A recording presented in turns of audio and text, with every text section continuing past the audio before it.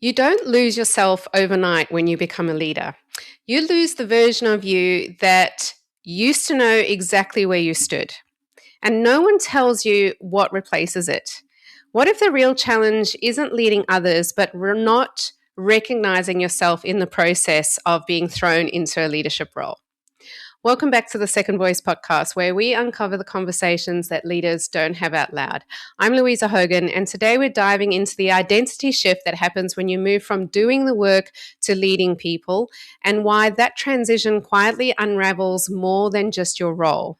My guest today went through something very similar, and she does amazing work. And her name is Alicia Rius, and she is a former co-founder and COO, ICF-certified coach, and author of Lead with Clarity: How New Managers Turn Confusion into Confident Leadership.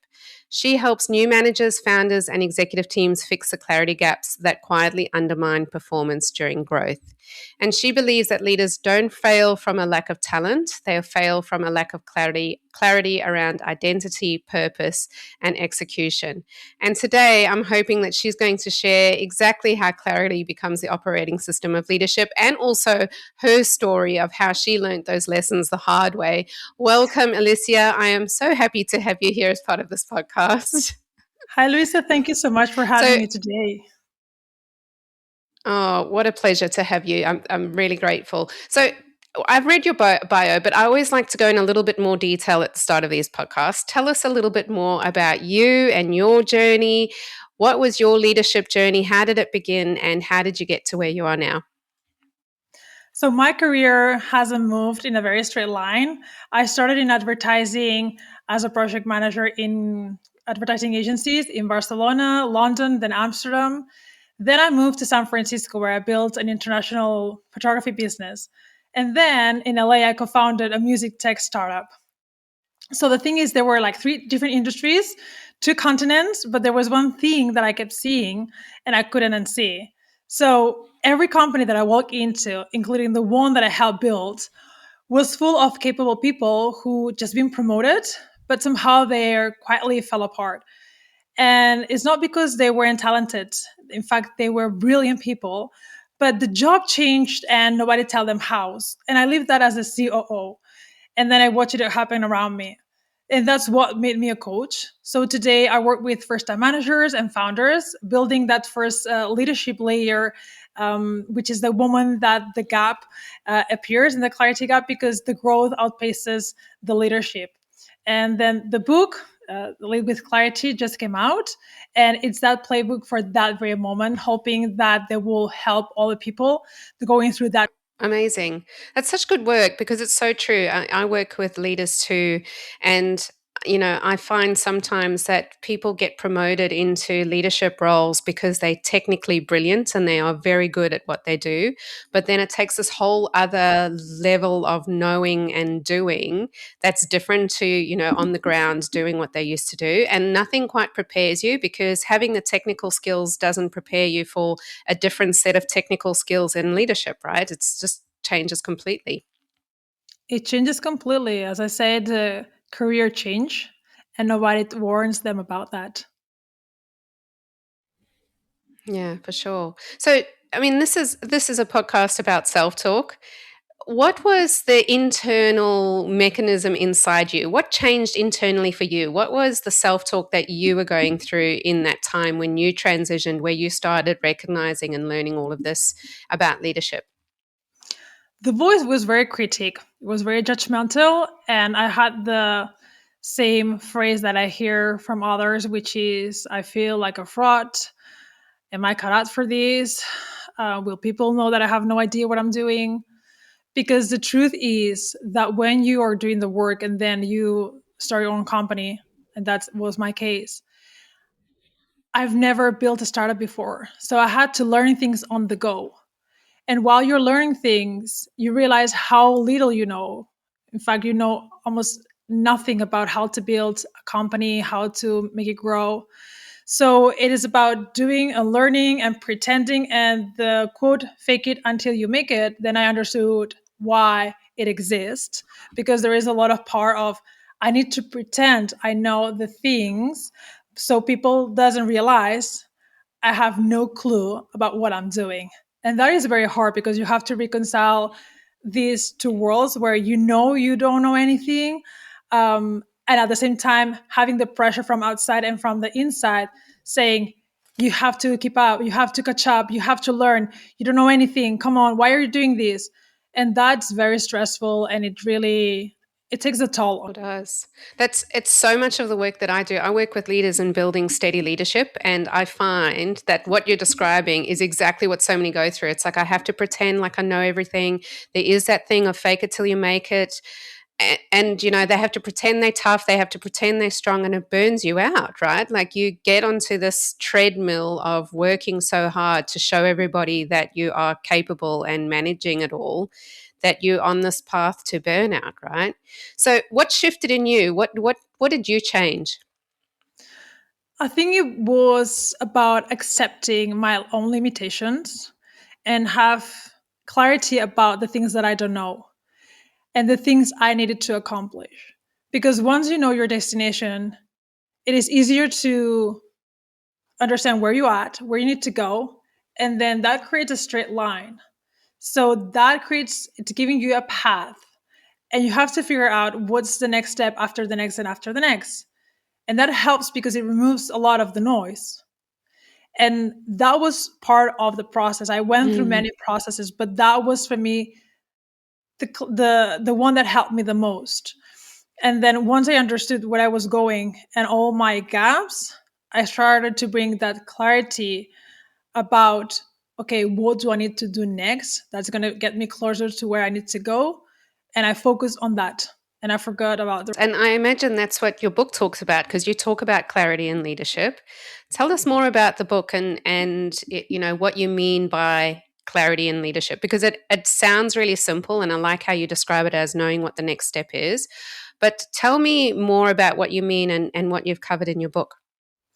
As I said in the beginning, my thesis is that leadership doesn't fail because of lack of talent, it fails because the lack of clarity. When you step into leadership, the main thing that you need to do is make the invisible visible. And I say that because when you are a manager, you work with things that are tangible. You manage tasks, you manage people. But leadership is a mindset, it's a way of being, it's a way of showing up for yourself and for the people around you. That is something that doesn't show right away. It is something that you need to build with time. And making the invisible visible means, for example, how you translate strategy or a vision into something that is tangible. That person that owns a leadership, I don't want to say role, because in the book I explained that leadership is a choice, it's not a title. So that person needs to be a translator of the abstract thing, and it has to make it something that's grounded and understandable for everybody. And that's why I say clarity is the foundation of like effective leadership and how it's the foundation for companies to grow.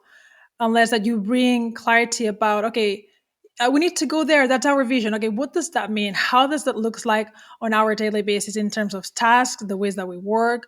So you need to be very specific and put that into words that everybody understands, and everybody has to speak the same language.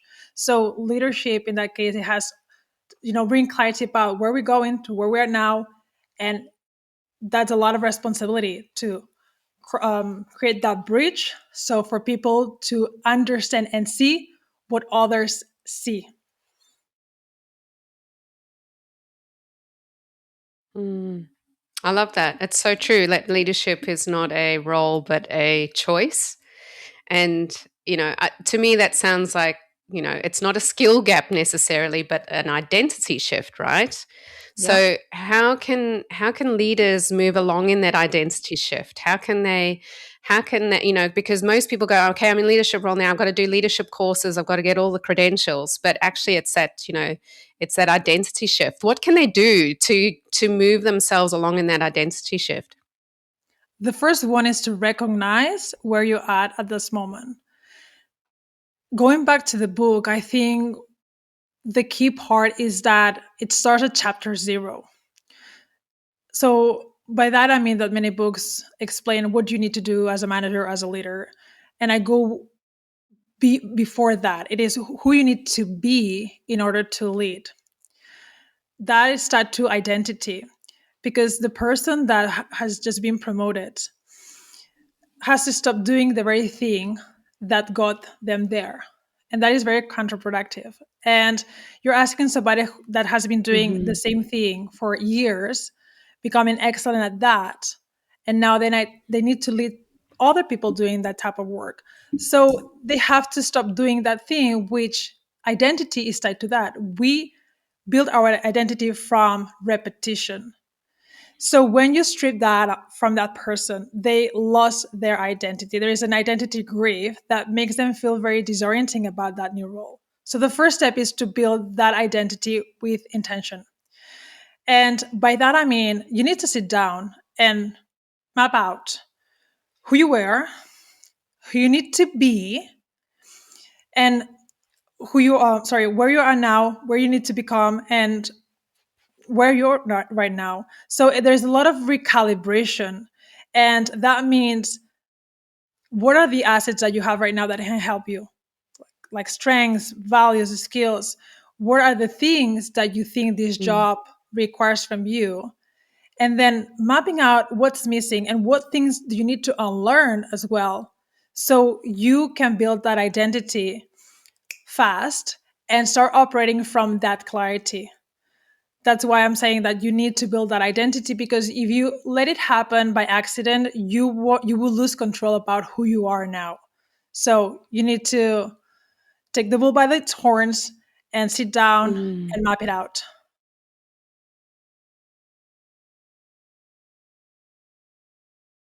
Excellent.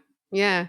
I mean, because otherwise there's that internal confusion, right? That there's that confusion, and that generates more negative self-talk around, your identity. How does that confusion show up externally in terms of decision? How do people make decisions, and people's teams and their confidence, when there's that internal confusion and lack of clarity? What symptoms did you see, or have you seen in the work that you're doing? The first thing that you see is incoherence in how things are getting done. So, for example, a new manager that has been recently promoted is still very attached of doing the work. He hasn't have enough clarity about that leadership role. So that person one day will be delegating, and the day after will be micromanaging, and one day will try to help solve a conflict, but another day they will avoid the problem. So there is a lot of back and forth between doing and leading. So that person, it stays in a stage of confusion because they are trying to fulfill both roles, but none of them are getting the best of that person. And when that person operates from confusion, that confusion ripples across the system. And it's very easy to detect that, because the team, what they will see is somebody who is not coherent with their behavior. And when you see a leader that is doing one thing and day after they're doing another thing, that creates a lot of uncertainty. And with uncertainty comes not feeling psychological safety around that person, because you don't know what's going to happen that day. So that's why it's important to start with yourself, get clarity on that, because you will communicate clarity, and the teams will also feel that clarity, and they will feel very grounded because they know where they're going, because the person that's leading them feels confident.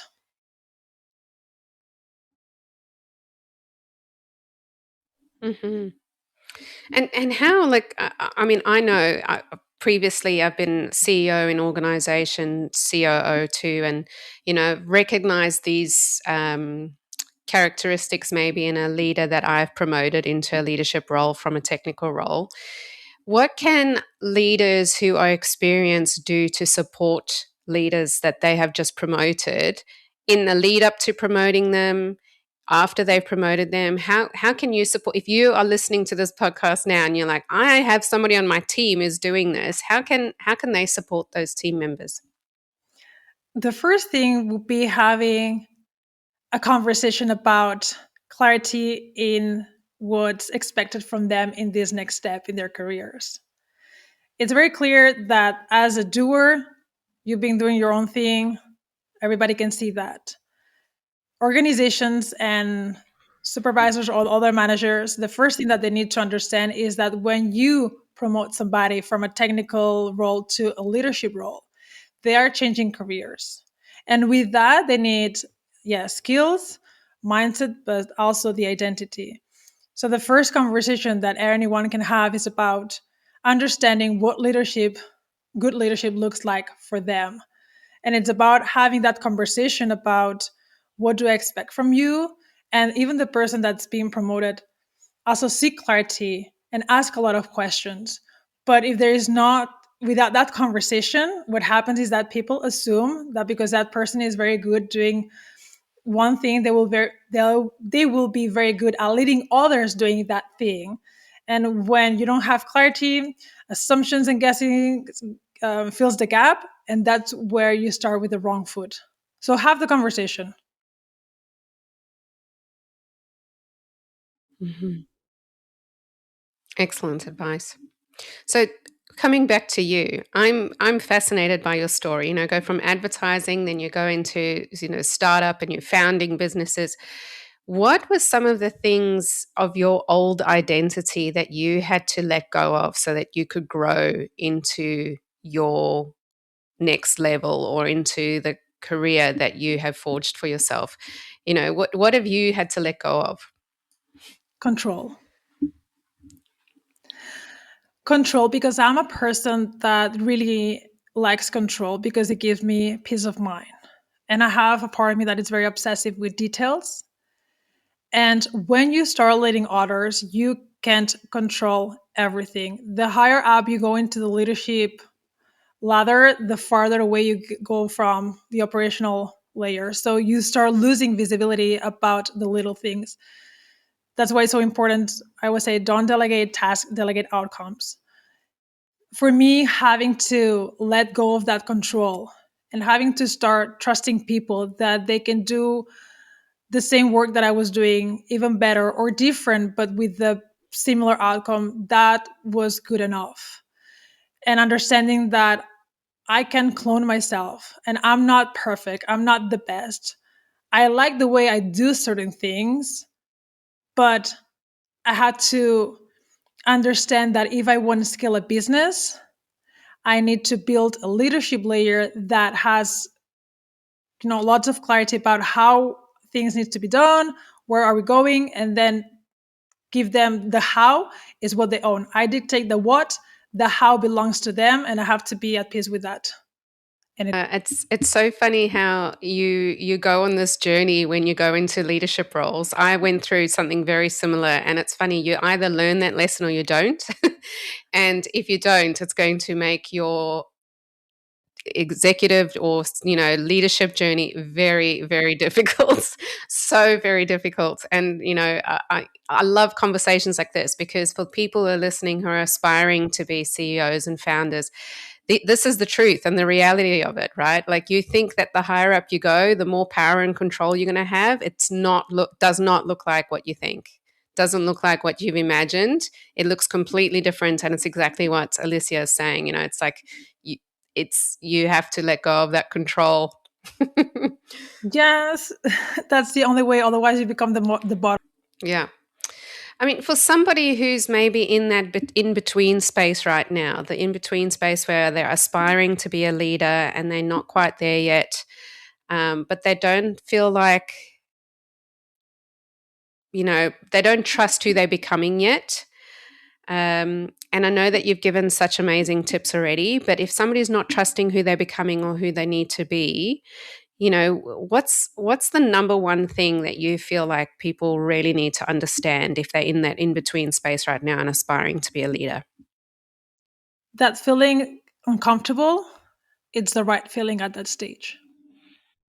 That it's okay to feel that you are in a limbo, Mhm. because that brings a lot of self-awareness and that makes you somebody who understands the reality of that change.